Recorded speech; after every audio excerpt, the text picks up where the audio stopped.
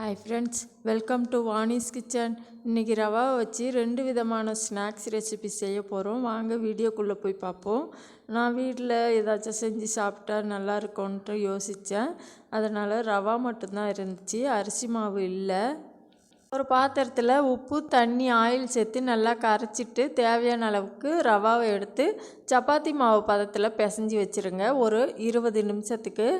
நம்ம வீட்டில் அரிசி மாவு இல்லை, அரிசி மாவு தயாரிக்கணுன்னா அரிசியை ஊற வச்சு அதை உலர்த்தி மிக்சிலேயோ மிஷின்லேயோ கொடுத்தா தான் அரிசி மாவு ரெடியாகும். அதுக்கு எப்படியும் 1 மணி நேரமாச்சும் ஆகும். அதனால் நான் ரவாவில் செய்யலான்ட்டு ஆரம்பித்து இந்த மாதிரி ஐடியா பண்ணியிருக்கேன். 20 நிமிஷத்துக்கு பிறகு பிசைஞ்சு வச்ச ரவா மாவை மறுபடியும் பிசைஞ்சு ஒரு ஓரமாக இருக்கட்டும். மாவு ரெடியானாலே மற்ற வேலையெல்லாம் ஈஸியாக முடிஞ்சிடும். ஒரு தேங்காய் எடுத்திருக்கேன், அதை நல்லா கழுவிட்டு மிக்ஸி ஜார்லேயே நல்லா பூ மாதிரி துருவி வச்சுக்கிட்டேன். இந்த ரெசிபி செய்கிறதுக்கு கடலைப்பருப்பு தான் எடுத்திருக்கேன். அதை 2 தடவை நல்லா களைஞ்சிட்டு பாதி வேக்காடு வேக வச்சு நல்லா ஆற வச்சுட்டு பொடி பண்ணிக்கோங்க.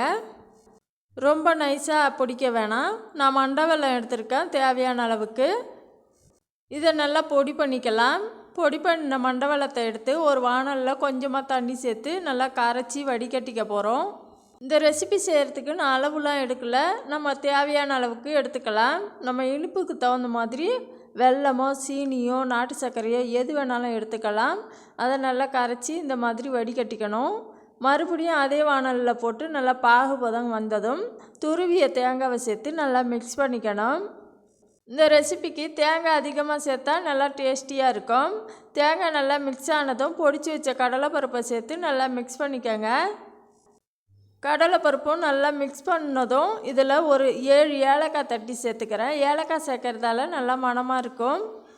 அடுப்பை சிம்மில் வச்சுக்கிட்டு நல்லா கிளறுங்க. நம்ம சுழியெல்லாம் செய்வோம், இந்த மாதிரி பூரணம் தான் நம்ம தீபாவளிக்கு கண்டிப்பாக செய்வோம் எல்லார் வீட்லேயும். நல்லா சுருண்டு வந்ததும் நல்லா ஆற வச்சுக்கலாம். இந்த மாதிரி பாகு காய்ச்சி பூரணம் செஞ்சு நம்ம ரெசிபி செய்யும்போது 1 வாரத்துக்கு கெடாமல் இருக்கும். ஆனால் எங்கள் வீட்டில் 1 வாரம் கூட தாங்காது, 2 நாள்லேயே காலி ஆகிடும். மாவு பதம் கொஞ்சம் தண்ணியாகிடுச்சு. இது போலி செய்யறதுக்கு பதம் நல்லா இருக்குது. இருந்தாலும் நான் இதை 2 ரெசிபியாக கொழுக்கட்டையும் செய்யலான்ட்டு இருக்கேன். இந்த மாதிரி நல்லா மாவை நல்லா வளட்டிட்டு இதில் பூரண கலவையை உருண்டை தட்டி இந்த மாதிரி ரோல் பண்ணிக்கிட்டு அப்படியே உருண்டையாக எடுத்துட்டு நான் ஃப்ளவர் மாடலில் கொழுக்கட்டை மோல்டு எடுத்திருக்கேன். இந்த மோல்டு நான் மீஷோவில் தான் வாங்கினேன், கம்மி விலை தான். அப்படியே அந்த உருண்டையை அப்படியே நடுவில் வச்சு இந்த மாதிரி மேலே தூக்குனிங்கன்னா அது அழுத்தம் கொடுக்கும், அந்த ஃப்ளவர் ஷேப்புக்கு வரும். அம்மா ஆயா காலத்தெல்லாம் கையால் டிசைன் கொடுத்து அழகாக செய்வாங்க மோதகம். ஆனால் நம்ம காலத்தில் அதிகமான கொழுக்கட்டைக்கு அச்சின்னு நிறையா வந்துடுச்சு. இருந்தாலும் எனக்கு ஒரு ஆசை, அதை ரெடி பண்ண. இருந்தாலும் அந்த வளவளப்பு தன்மை நிறையா இருந்துச்சு, தண்ணி அதிகமானதால் அடியில் தான் ஷேப்பாக நல்லா வந்துச்சு. நான் எடுக்கும்போது அந்த அச்சு உருண்டை வடிவத்துக்கே மறுபடியும் வந்துச்சு. இந்த நேரத்தில் தான் நான் போலி செய்யலான்ட்டு அழகாக ரெடி பண்ணிட்டேன். கொழுக்கட்டையும் வேக வச்சுட்டேன், போலியும் ரெடி பண்ணிட்டேன்.